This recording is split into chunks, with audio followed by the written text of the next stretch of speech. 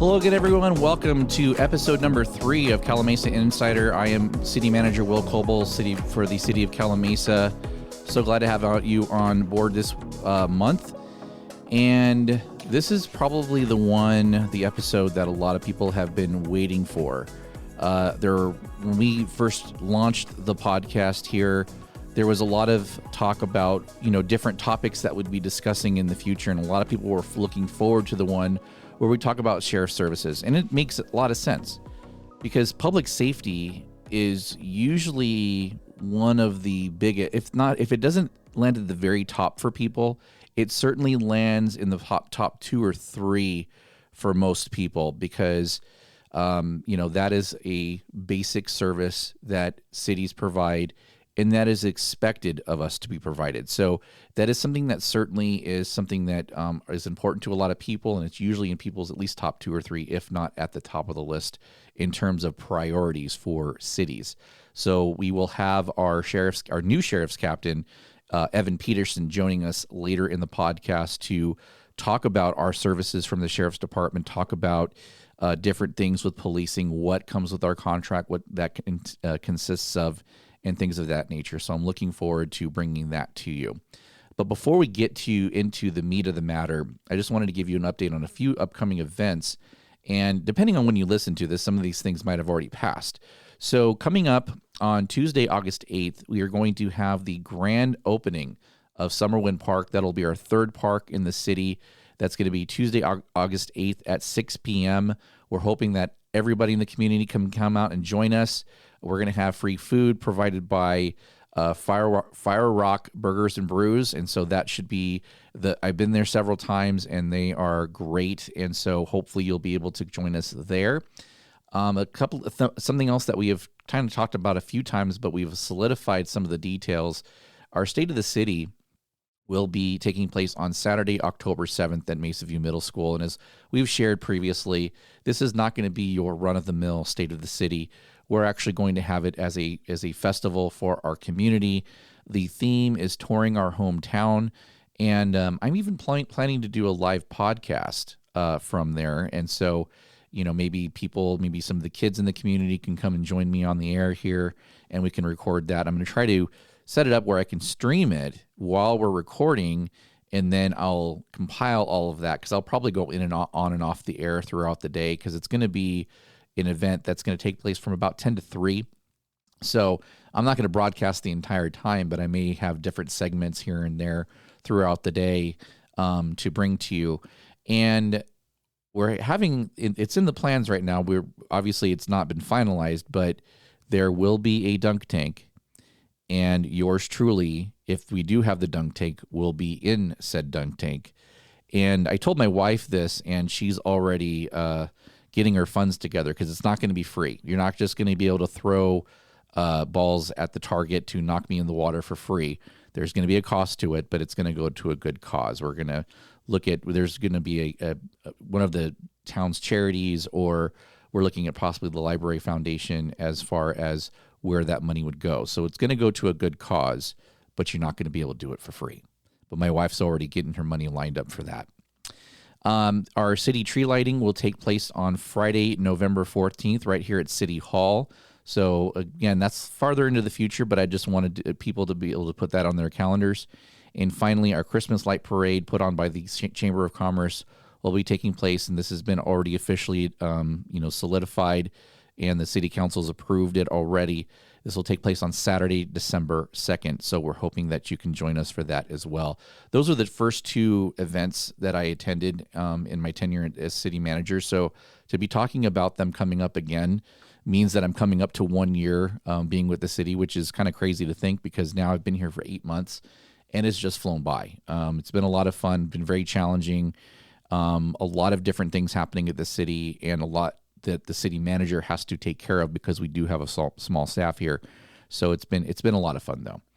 One other thing I wanted to bring to your attention, we have received there's been circulated a notice of preparation, or a revised notice of preparation for that matter, for the Oak Valley North specific plan. That is for the Stearns, what is known as the Stearns property, to the southeast of the intersection of Calimesa Boulevard and Singleton Road. And we, as part of that, you have a scoping session, and that took place this past Monday, July 24th. There is a link to that recording on our website. So just go to cityofcalimesa.net, and under departments, you'll go to community development, then planning. About halfway down the planning page, you will see a list of development projects, and Oak Valley North is listed there. You just click on Oak Valley North, and the notice of preparation for the project can be found on that page, as well as a link to the scoping session. And we also have left up the original notice of preparation and scoping session recording from back in January. So when this project was first proposed, there was a scoping session and a notice of preparation. We have that has since been revised by the applicant, and so both the original and the revised version are on the website there. So you can find all that information on our website. Okay, so let's get to it. And one of the things that we talk a lot about, we hear a lot about, is our level of service. Do we have enough deputy coverage in our city? And that is something that, as you'll hear in my interview with Captain Petersen, that we talk about. And there are some things that, because the police model is a little bit different than the fire model. I mean, you look at fire model versus police model, first of all, and then you also have to look at a police department, a standalone police department within a city versus a sheriff's contract, which is a more of a regional approach. So a fire model really does rely more on mutual aid. So you'll have a lot of, there'll be a number of calls where our fire department will roll into a different jurisdiction, and vice versa. You'll have Yucaipa rolling in, you'll have CAL FIRE from Beaumont rolling in, depending on, the closest resource, the number of resources that are needed. Especially if it's a fire, you may need multiple engines on a fire. So that's where there's a lot of sharing of resources in the fire model. That does happen in police, but it's very specific sometimes, and it doesn't happen as often. It's more informal too. It's more of a, hey, can we get some help here? You radio into San Bernardino County Sheriff, because remember, City of Yucaipa is in a different county. They use a different sheriff's department. So there is a little bit more communication that would have to happen if we need resources from them versus, for example, Cherry Valley. So Riverside County Sheriff also covers Cherry Valley as an unincorporated community. And so some of those resources can go back and forth between Calimesa and Cherry Valley. And Captain Petersen will get into more of that as we go along. And then you look at a police department. So if we had the same staffing in Calimesa, well, first of all, we don't have a police chief. We have a captain that a portion of his time is credited to us, and a portion of the lieutenant's time, and a portion of sergeant's time is attributed to the city of Calimesa. And so the way our contract is structured is how many hours per day or how many man hours per day are dedicated to the city of Calimesa. Now, does that mean that that's all we get ever? And the answer is no, because obviously if there is a priority one call, which is, crime in progress, violence, things like that, there are going to be additional resources that will come to the aid. It's not like a deputy is going to have to go take that call on their own.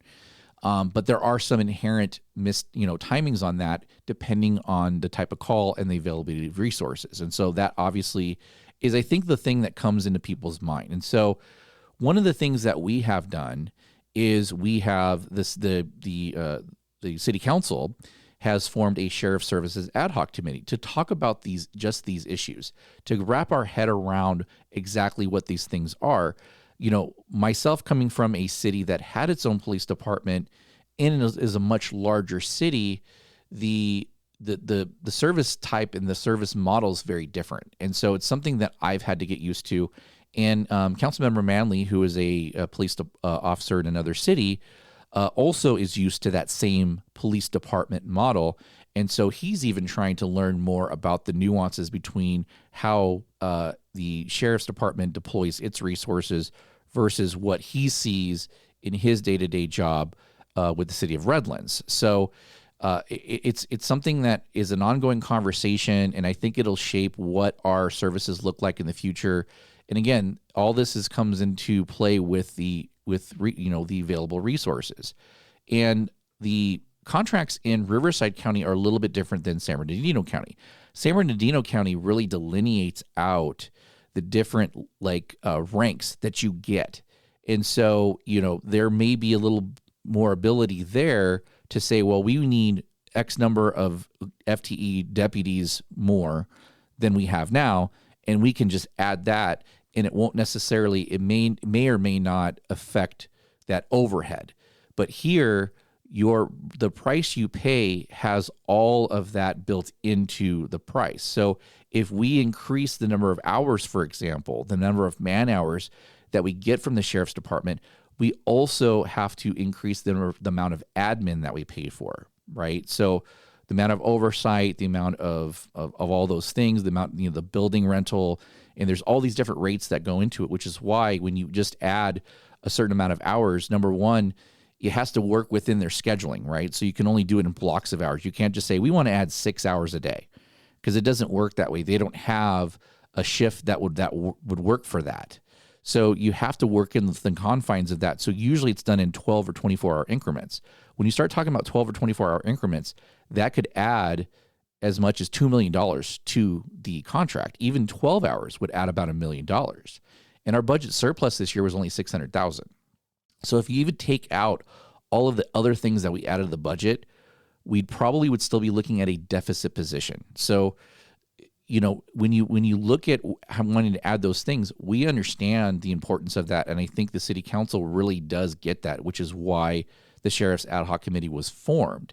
But I think that you have to understand that within our contract and with how the contract can be changed, you also have to look at the budget ramifications of that. And so it does complicate the picture quite a bit. You can't make these small nuanced adjustments that you'd want to make if you had your own department. And a city our size would have a really hard time getting its own department, right? So, and if you look at our coverage in terms of our sworn personnel per thousand, you look at what we have for we have our pop officer, we have our deputy patrol, and that equates to about a 0.54 number of sworn personnel per thousand. And our neighboring city of Yucaipa actually has a ratio of about 0.5. That is actually their goal, and they've actually gone below that in certain times. So again, the level of service and the service model when you're looking at a sheriff's contract versus what you look at for your own standalone police department, there's apples and oranges, because you have to then I'd have to employ a police chief full-time, a lieutenant full-time, multiple sergeants full-time in order to be able to cover shifts. Well, that's obviously going to increase our FTE count for sworn quite a bit, but then at what cost? And oh, by the way, we don't get all those special services that we get through the sheriff's department now too. So there are a lot of challenges that you could get. We were able to form our own fire department, and that will be a topic for a future episode of the podcast, by the way. But again, you have to look at these things from these different perspectives, and I think once we get into it with the captain, I think some of that will become clear. So with that, I would like to bring in our Captain Evan Petersen. He has been with the city for a little less than a month, but we're very happy to have him. So, Captain Petersen, welcome to the podcast. Good morning. Thanks for having me. So before we get into kind of the meat of the matter, just tell us about yourself, about your professional background, maybe some personal details about yourself. I've been with the department 27 years. Been a captain for us in the Sheriff's Department. A captain is commander of a station. Been that since 2017, and quite frankly, a wide variety of assignments that I've had. I've actually held every rank, starting in the early days of patrol and special teams, corporal, led to detective, led to sergeant, lieutenant through the years, ran homicide, major narcotics for us, and then ultimately upon making captain for us, went back to what we call our Special Investigations Bureau that encompasses all of our high-level narcotics, homicide, and those kind of things for the county and the department, and then rolled from there right over to the academy. And I've been at the academy, I'd say about 4.5 years, running the Sheriff's Academy in Riverside. And then ultimately, as fortune would have it, it's been only a couple weeks now, but landed at taking over the Cabazon Sheriff's Station, which we have City of Calimesa as one of the contracts for the station. So it's been really enjoyable, quite the adventure in my 27 years of getting to see a wide variety of things and experience a wide variety of things. Yeah, and we're very happy to have you. So I'm glad that we were able to, connect with you and bring you on so early into your tenure here. So one of the first things that I'd like to talk about is the contract itself. There's been some questions from the public about that, and coming from a background and myself working for cities that had their own police departments. I worked briefly for the city of San Bernardino, and then I worked for the city of Orange, which has its own police department and has had its own police department for a number of years. It's one of those older cities that that tends to happen. Yep. So tell us about what is included in our contract and what services that provides. Certainly. So for the city of Calimesa, landing, obviously it has taken a few weeks of me watching, listening, analyzing, seeing all the variety of, I will say, stuff that is involved with the city of Calimesa policing services for it. Right now, we currently sit at a deputy on duty 24 hours a day, 7 days a week, 365 days a year, obviously. Aside from that, I noticed we also have what we call a POP officer. I'll get to that shortly, but that would be described as our problem-oriented policing is what that starts with. And quite frankly, for us, we use those officers as a troubleshooter. Wide variety of things, and we can talk some more about that certainly. And then lastly, one of our CSOs. CSOs for us, community service officer, is basically we like using the model of the CSO can take traffic collisions, can make, I will say, non-suspect contact type reports and things that allow for the deputy sheriff to respond to, be involved in, I will say, more of the critical suspect matters and those kind of things. The CSO is the one who takes people to jail for us, thus leaving, obviously, the deputy in place in the city and the various, obviously, assignments that they have. And so that community service officer is truly that support position for us, making it so the actual deputy sheriff can stay in place. The bigger picture, I want to say, and what you were talking about and getting at of what does also partnering with the Sheriff's Department, let's call it what it is, partnering with Sheriff's Department get you, that bigger machine, I'll say, we're an agency of 4,200, I think we're up to 4,300. And so in the grand scheme of that full service helicopter, rescue helicopter, SWAT teams, detectives, all of those bigger machine pieces that come with, obviously, what you said, in City of Orange and other places that go down the path of having some of the policing, the Sheriff's Department often brings to bear some of those larger mass things. Recently, I got to experience it very much myself when I rode out on 4th of July, and the fire chief and I were communicating over fires that we had jump off in the city and those kind of things. Well, we had also the Highland Fire down in Lower Beaumont. We had a Gilman Springs that started and burned up, sadly, the entire mountain all the way to Beaumont. And then we were worried about San Mateo Canyon and those areas bordering us. I was able to bring to bear a massive amount of bodies for those kind of things, evacuations, notifications to the animal world that you and I both know we live in a very rural setting of, hey, set up for possible evacuations for your horses and your animals and those kind of things. And so that really becomes that larger draw in partnering with Sheriff's Department, going along with just the actual day-to-day services. So let's talk about that in the deputy level. And I know that was been something that has been said, and I think that could get into kind of maybe a city, people have a view of the policing model from a city perspective versus from a kind of a more regional approach. Sure. Because, the thing that we hear a lot about is the one deputy on duty. Sure. Can you describe about what that really means in context? So sitting over the Cabazon Sheriff's Station, I will say, depending on the day and date and time and those kind of things, but I roughly run 5 per shift. The areas that we cover go all the way to, let's say, the windmills and that area around Whitewater, the Morongo Reservation, and then the areas moving towards Calimesa of Cherry Valley, San Timoteo Canyon, and then Calimesa itself. And so the variety of what I will call those beat assignments that I just mentioned, having the dedicated Calimesa deputy at all times does bring to bear some of the challenges with the position, like what you talked about, of if the deputy in Cherry Valley or San Timoteo has an emergency situation, obviously the Calimesa deputy would be closest, not the ones that are out on the Morongo Reservation or in Cabazon and parts towards the windmills. And so that does draw away part of that, but vice versa, what I notice, and as I've been watching the last few weeks, very much that Calimesa, we have that deputy from Cherry Valley respond as their backup if the pop officer is not on. And we'll talk about that as well shortly. But it becomes that kind of regional approach of what you said, of the Calimesa deputy is primarily most of their day in Calimesa, obviously. Certain emergency situations can certainly draw him to Cherry Valley Boulevard, as we have summer wind in one area. Those deputies, I notice, often respond to things in that area together because Cherry Valley being so close to that region as well. And so that truly is that beat assignment approach of what we're saying. And that would be just the patrol side.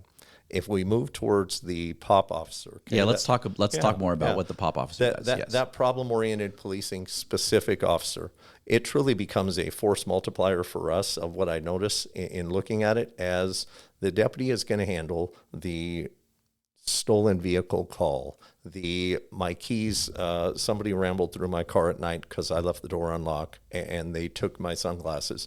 Those kind of basic calls for service that we're going to get, the deputy sheriff is going to handle those.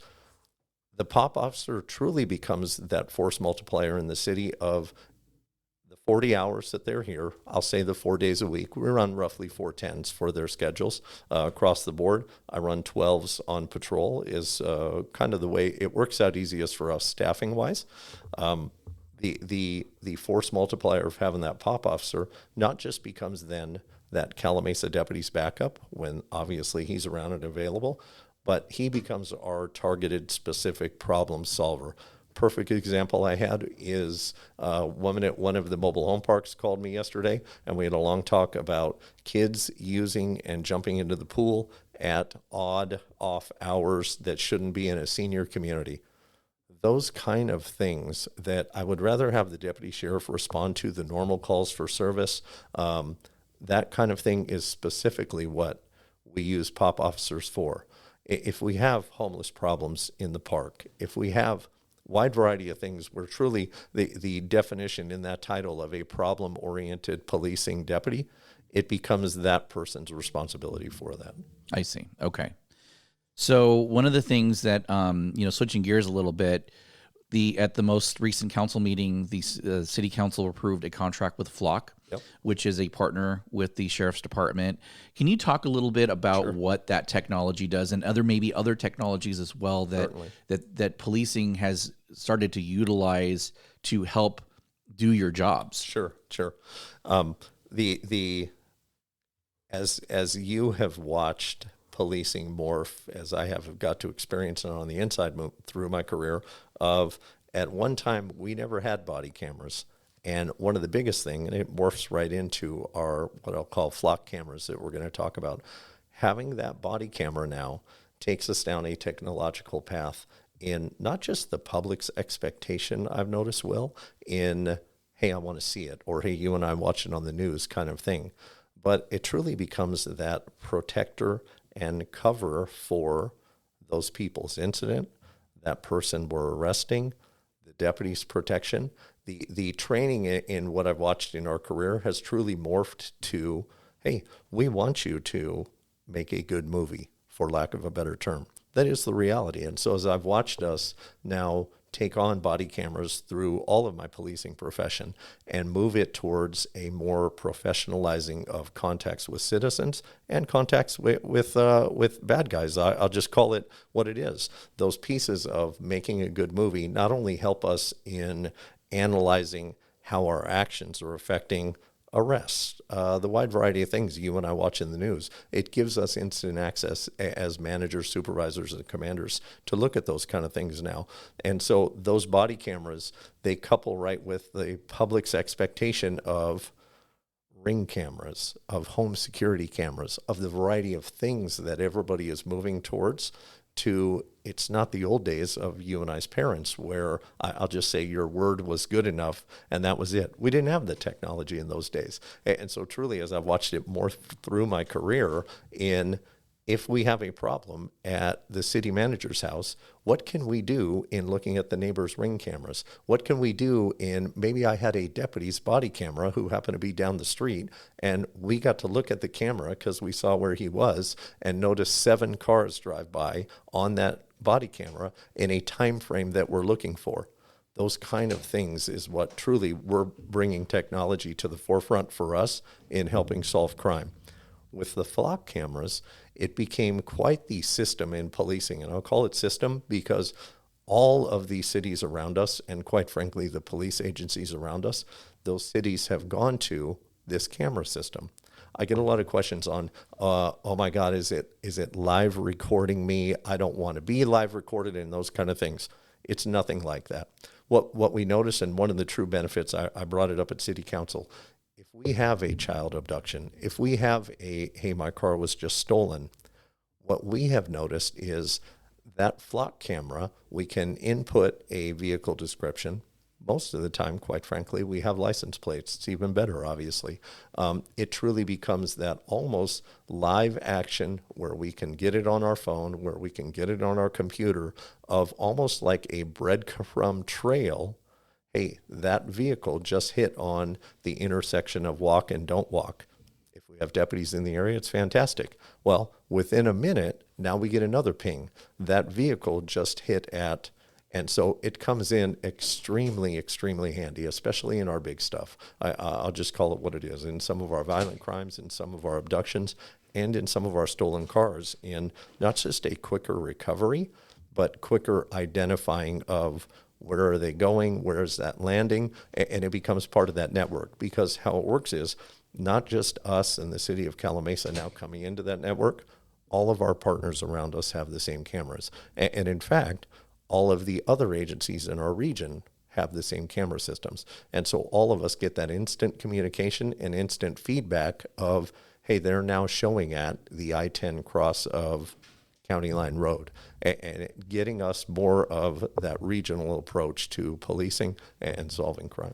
Okay, so you talked about how it can create that breadcrumb and that could be used to solve crimes. Totally. Are there anything where it can prevent crimes, like if it spots a suspect vehicle? Because quite frankly, I think most of the people that are committing crimes, it's not their first rodeo. Oh yeah, right? Of course. So if you get those hits on one of those cameras that said, wait a minute, this is a vehicle we've been looking for. Correct. That's known, can that help with the prevention, and you can actually do more proactive policing with that? Correct, very much so. So what happens is, if we're noticing a series of, I'll just call it petty thefts on Calimesa Boulevard in our business section right there, of the wide varieties of retailers we have, again, as we use cameras for a variety of things now, it does become that vehicle piece that we can input in the system. And that is what goes out through our crime analysis unit that we have at the station for a daily, I'll say, update to the deputies. Hey, we're looking for this car in this series. And you're right. Now it becomes that proactive approach when we're looking for certain, obviously, vehicles or modes of travel that we can get for our businesses.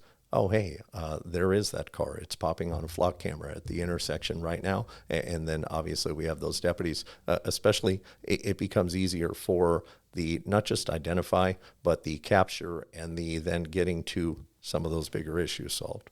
Okay. So another piece of technology that has obviously become very prevalent in our society is social media. Of course. And I know that has had a huge effect, especially with some of the things that have happened with some of the more recent incidents that we've seen over the last few years. Certainly. And how has that affected policing, and how has body camera, you talked about body cameras Certainly. earlier. I feel like that sometimes, helps you in those cases where you're able to, provide maybe the full picture of something that happened, which maybe only was captured, and creatively edited or something like that. So talk about the effects of social media, because I obviously, you and I have talked about the effects of social media just on governments in general, day-to-day lives. So talk about how that affects law enforcement. Certainly. I'll say the two sides that we deal with the most are, I very much have talked to the guys and gals at the station on, I want the positive interactions. I want the police and community stuff to start, obviously, on a grander scale. Those parts for us where the hand-in-hand community contacts and those kind of things make it so not just do I get a visual representation of some of our interactions, but it also allows for those realities where I want to open up direct messages. I want to have the ability of the public to hit us immediately with the instantaneous information. Those parts of things get towards what you talked about earlier of a more proactive approach versus a reactive approach. We have eyes and ears everywhere in the community. You and I both know. Having that social media link where obviously it doesn't have to be the old school way of let me make a phone call anymore. It again allows for an instantaneous message. As I've gotten around a heck of a lot in the last few weeks to the variety of our businesses and things, it's been interesting, some of the text messages I've received and just general contacts regarding, hey, I always see this person and they've caused this trouble, and they happen to be by Taco Bell right now. It's a perfect way for me to get DMs and do things where maybe they don't want to contact, but they will certainly use social media and DM and some of those issues for us for that instantaneous feedback. On the flip side of that, and it gets at what you were talking about earlier, in the editing we're fighting and those kind of things, we as police and the policing, obviously, world have become very used to everybody's phone going on and the camera going on immediately when we're in contact. It gets back to what we've talked about in the training piece of, hey, I don't shy away from it. And I very much teach the guys about how not to shy away from some of the realities of those cameras running, because a lot of times what we end up doing is maybe our body camera only captured so much of the interaction. The expectation, like I talked about earlier with you, is that society expects to see it all and have that immediate access. That's transparency, obviously. We often go to the public and say, hey, I noticed you were also capturing my video. I already know I only captured a part of it. Could I look at yours, record yours, have you text me some of those things? It has truly been a plus for us in, I'll say, the handling of crime side of the fence and also the prosecution side of the fence for us, that we managers don't just get our body camera. We recognize it only captures so much. Obviously, we're in the mix in the moment and have a lot going on that we have to worry about 360 degrees. Having those people across the street that I will say at the onset of you and I's phones and cameras being more prevalent, that used to, I will say, in the guys' minds, cause frustration and whatnot. It really took us a while to change that perspective on, hey, use them. It's another community contact. And in fact, it's another method of getting an angle of a situation that we don't have all the angles on. So. Okay, that's good to know. So let's switch over to, I know one of the things that people are concerned about, and I think this is not limited to Calimesa, I think it's everywhere. You have, I think a lot of people look at their own community and sometimes, see something that happens and kind of protract that happening everywhere. And they look at statistics and things like that. So a couple of things on that. Number one, I do want to talk about maybe some of the effects of some of the things that come from Sacramento, and even propositions. Prop 47, I know, was a big one. But also maybe talking about some of our local statistics, how they compare to other cities, and how our crime rate is changing relative to other cities as well. Are we going against the trend where we're seeing a reduction in other areas and a rise here, or vice versa? Let's talk a little bit about that. Maybe we can start with at the state level, sure, and then maybe how that translates into crime at the local level. Sure, of course.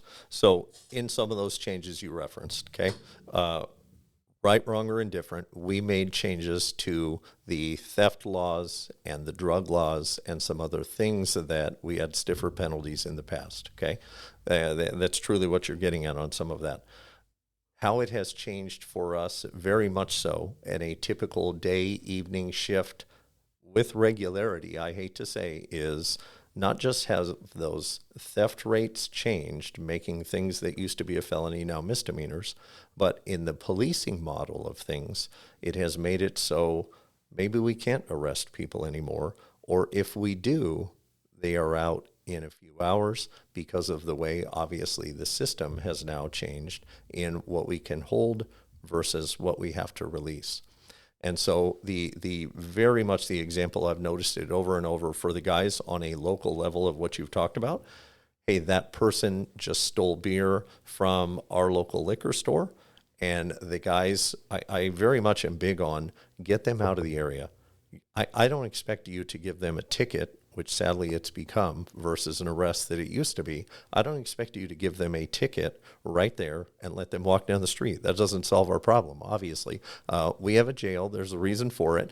Take them, get them out of the area, drop them there, book them in, put their fingerprints on file, and let them figure out the rest of their day there. That has become more of the model that we have had to go to in combating some of those things like what I talked about, where they're immediately back right in your area.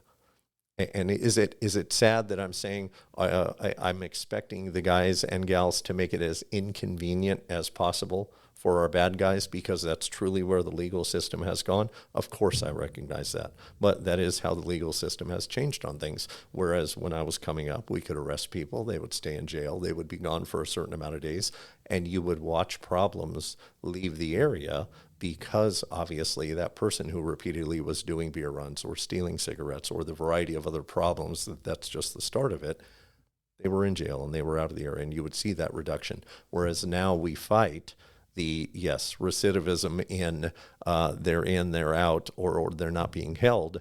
And so we police chiefs have had to make it more towards I want them out of the area, and I want it as inconvenient as possible for them to return, so that obviously then businesses can go on, people can continue living their lives, and some of those things. That is the reality. I hate to say it.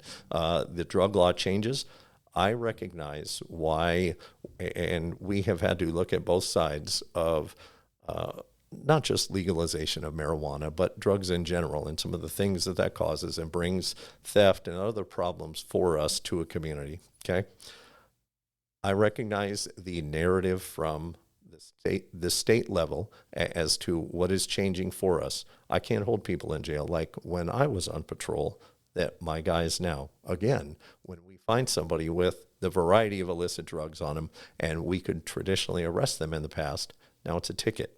Sometimes it's not even a ticket, as you well know, obviously. And again, it gets at our solve in the short term in our policing world, in us recognizing we need to remove the bad apple. That's the only way you can do it, obviously, because we have been kind of handcuffed, obviously, in completely removing them from our area. And so it, again, gets back to that inconvenience factor. I hate to say and keep repeating that word, but that model has become more effective for us, that we have recognized in not just keeping the city safe and keeping the citizens safe, but making it so we're not being harassed when we're coming in and out of Stater Brothers or the variety of other areas, because those bad apples are still there. And so that really is how it's become at that local level, where in the policing model of things, true bad guys are all that is left that we are able to hold in the jail now. That is the reality of things. And when I say true bad guys, in the big stuff, for those kind of crimes, you still get time and you still stay in jail. For a lot of those other things, no, we're in a battle. We really are in a battle of those lesser things. And those are what truly cause our community problems, obviously. And yet that's the best way thus far, as we look at some of the making it uncomfortable for them to come back, is our solve in the short term. Okay. And so again, let's talk about stats within, the region, Calimesa, maybe some other contract cities. What are the trends that you're seeing? And maybe also you can add to that, How does the sheriff's department use statistics to shape what their patrols look like? Certainly. So I'll openly say the crime analyst at my station is gold, and She is great. Yes, I agree with that. Yes. we very much. I have to give her a shout out. The heads of each of our stations, almost all of us, do have a crime analyst at our station. That part of things, and she is connected to a network of crime analysts, obviously, where they review the prior day's crime stats and all of the calls for service that we have. I walk in every morning and she and I do a brief catch up on the review of the day, I'll call it, for each of my areas, for Cabazon area, for the Morongo tribal area, and for the city of Calimesa. And so as I look at what those are, then she starts putting together, I will say, a weekly snapshot for me, or some of the trends like what you were talking about. For the city of Calimesa, and this is no surprise, where we have the large businesses down the main boulevard, that's where we have our thefts and things like that. Are they large? Not at all. Not at all. And that is the good part that I can report as I look at these updates in the last few weeks since I've landed.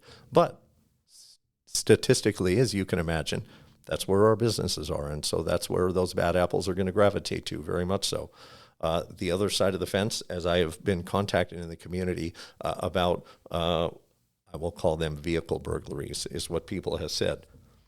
Most of the time, I hate to say it, in every one of the reports that I've looked at or the people that I've talked about, sadly, it's them leaving the car unlocked at night. I hate to say it. It's such a simple thing, as you and I both know. But as I look at the statistics on it, and then I talk to the guys, and then I've even made some of the public calls because I just want to hear their perspective. How was our customer service? Some of those things that obviously makes it so not just we're engaged in the community side of the fence, but I do care about how they were treated. I do care about, obviously, our levels of professionalism, and it becomes that way for me to audit some of those things. But in each of those contexts, it has very much been, all right, I admit it, I left my car unlocked all night. It gets at what I talked about earlier of, I hate to say it, you and I are always going to have people slinking around in the middle of the night at 2, 3 in the morning, pulling on car door handles. We have watched and various studies time and time again. Hey, just lock your car. That's the reality. That 100% of the time solves it, because even the bad guys, when we do catch them, admit to us, it's not hard. I automatically move on to the next house. I don't want to waste the time breaking somebody's window. That draws Ring cameras, that draws calls, that draws dogs and all these kind of things, versus I can just walk down the street, pull in a door handle, and rummage through a vehicle. And that happens everywhere. That's not limited to our city. I think it happens everywhere. As I look at, I live in Beaumont, and so I'm obviously friends with, have been there over 20 years. And so as I look at City of Beaumont and those regions around us, looking statistically, very much so, it's proportional. We're actually very low. That's the good part of things for us. I do recognize, with looking at our crime stats, like you and I have kind of talked about briefly, has our calls for service gone up each year? Of course they have. You recognize that. As we have more building coming and more people coming, those calls for service are naturally going to increase proportionate to what we have population-wise. And so I do see more coming for us, as we very much, as you've introduced me to our future development and those kind of things, that it's a natural byproduct of that. There are more people to call, and I hate to say it, more people to leave their car unlocked at night and thus call the next morning. Right. Yeah, and so let's talk about that too, because there was, obviously as we grow, the need to add additional services naturally will grow as well, and that is it's a natural discussion. Yes, I agree. You and I, as we plan to, as you've given me the grace the last few weeks in sitting down, let me get a handle of the operation. I would like to take a different approach with my crew, and I have some thoughts on some of that. But yes, some of those basics, like what I told you, I'll very much say it. It's not a secret. The last several years, if we rolled from about 5,000 calls a year to 6,000 to 7,000. I told you we're trending mid 7,000s this year. Of course, I only expect it to grow, like you and I talked about. It's just a natural byproduct of that. And so as we kind of look at those trends, you've given me a lot of grace the last few weeks, and just, hey, I'd like to land and learn the operation. I very much have ridden out with the guys night and day and just kind of seen the flow with my crime analyst as well statistically on what it looks like for Calimesa. Where are our hotspots? What are some of the trends on people leaving their car unlocked at night, and some of those basics. So for those people that ask, why didn't we add more patrol hours to our contract? And maybe just talk about that. And just, this is, we want, again, in full transparency, let's talk about what that would do, what that would do to curtail some of the concerns that the community has relative to the cost, because we've also talked about that aspect as well, right? The how you incrementally add to a contract is in pretty big chunks. 100%. Right? There's no getting around it. I agree with you. And that's what I was going to say is you and I were talking about, let me do a review, and I'm certainly not coming at you saying, hey, we have to spend more of the city's money. Let's work within the confines of what we have right now.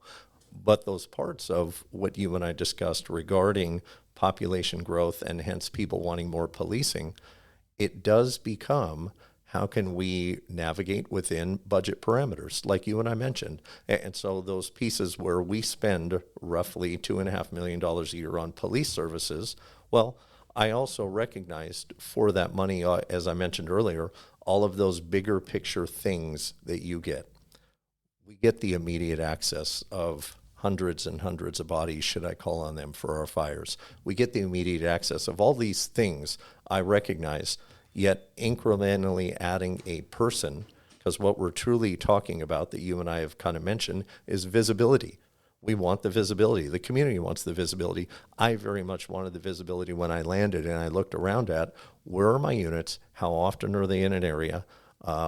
A perfect example, I've noticed calls from JP Ranch in the middle of the night that I've been dealing with regarding, hey, people are getting through the gate, hopping the fence, variety of things, you name it. But just some of, again, what I noticed that people want the most is the visibility side of the fence. Well, I'm looking to operate within those confines of what you and I talked about. How can I take our one dedicated patrol deputy a day, 24/7, couple it with a part-time POP officer and a part-time CSO, and show the sheriff's flag more? That is the reality of what you and I talked about.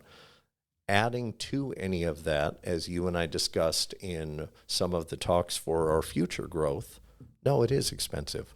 Those pieces of a fully dedicated body, meaning all of the administrative support, detective support, supervision support, and all of those things behind what truly goes into the cost of that person, I recognize is expensive. You and I talked about that at the onset, and so those parts, they do have to come incremental. I would rather us very much work in the confines right now, and me landing, and how can I make some, I will say, model adjustments for myself. I have a few ideas in getting more visibility, because that does become the reality. And the bad guys talk to us about that in some of our, I'll say, administrative interviews, where we managers and bosses do go talk to the bad guys at the stations when they're in holding, and have nothing to do with the crime that maybe my guys have arrested them on or anything else, but do some of those spot check questions of, hey, why did you choose Calimesa Boulevard? Oh, you know what? I don't see a police car very often. Those are some of the examples for the variety of cities I've worked. And so those interactions become for us earmarks for, it's good. I can see on a larger level that I need to increase our visibility and those kind of things. That becomes that true, I will say, immediate, instantaneous interview process for us in, I want to audit my people, but I also want to hear from the bad guys of, hey, why did you pick the Sharondale senior community that sits in the middle of the hills right there? Oh, it's isolated. I identified, I haven't had any of those talks or anything else, but examples for our area, and I just want to hear from them. It gives me some staffing changes, ideas on how the bad guys are thinking too. We're always doing that. Okay. One last question I have for you, and we didn't talk about this prior, but if there's any one thing, you have a platform right now. If there's any one thing about your profession, about the sheriff's department that you hear that you maybe or just maybe as a pet peeve of yours, is there anything that maybe you'd like to talk about, maybe some misperceptions that you'd like to clear the air on? That was pretty good. That was pretty good, hitting me out of the blue on that. the main thing I have noticed, and I get the temperature of the guys in talking about it, I wish the community understood the perspective of us in dealing with, and what I'm guiding towards is the things you and I see on TV and cast immediate judgment on, though our body camera might not be running, though I think you mentioned it earlier, on a cell phone video that somebody captured of the incident makes that deputy look terrible, like you talked about, with editing, with creativity. And so it becomes incumbent upon us managers looking at not just their body cam, looking at not just the cell phone video, looking at the Ring cameras and doing the interviews, and all of that complete investigation piece is truly what we're looking for in our profession. Our guys want to be respectful, professional, and all those things. Very much so. They're looking for that from the community. That's the community interaction and those kind of things. But what we always struggle with is the immediate cast of judgment in some of those interactions. And so it becomes incumbent upon us then I often get the complaint call or whatever that is. We have a wide variety of tools at our exposure now in not just that body cam, in what I've mentioned, in store cameras, in Ring cameras. We get a wide variety of things before we can come back for a final, and I often call that person, hey, you said this on Facebook. You DM'd me this on Instagram about this. And we looked horrible. I recognize on some of these things. I very much am of the mindset of, I hate to say, to coin a cliche term of innocent until proven guilty, but it goes on both sides for the police and the public, obviously. And so it becomes incumbent upon us to then get all of that information, to then recognize, and I think it goes towards our transparency. I'm very big on that piece of doing the interaction back. Hey, initially, 2 weeks ago, you said our guy was, whatever it was, speeding, and he blew through 3 intersections, and you name it that goes along with it, or the wide varieties of phone calls I've already gotten. I'm very big on calling them back. I did some review. I looked at some cameras. I looked at some other calls at the time. Sadly, he was going to an emergency domestic violence situation where a partner was in a fight. And you're right, his lights should have been on at that time, and they weren't. But I know because of how bad the fight was going that they were more thinking about that. Some of those interactions back and some of that just transparency stuff, I have watched it come full circle and come back to me in very positive ways. In the, hey, you know what? I'm sorry I put that out on Facebook. I'm going to remove it. And some of those things that initially started negative, just having some of that general dialogue and feedback I've noticed has gone a hell of a long ways for us. And so those are the parts. And I will say the grace on both sides, because that person is calling us 911 on their worst day. I recognize that. And on the flip side, the same thing. As the guys are, I guess I'm looking for grace on both sides. We will happily be transparent. We will happily, obviously, I'm big on the feedback from the public and the interaction back and forth. I think it goes a hell of a long ways.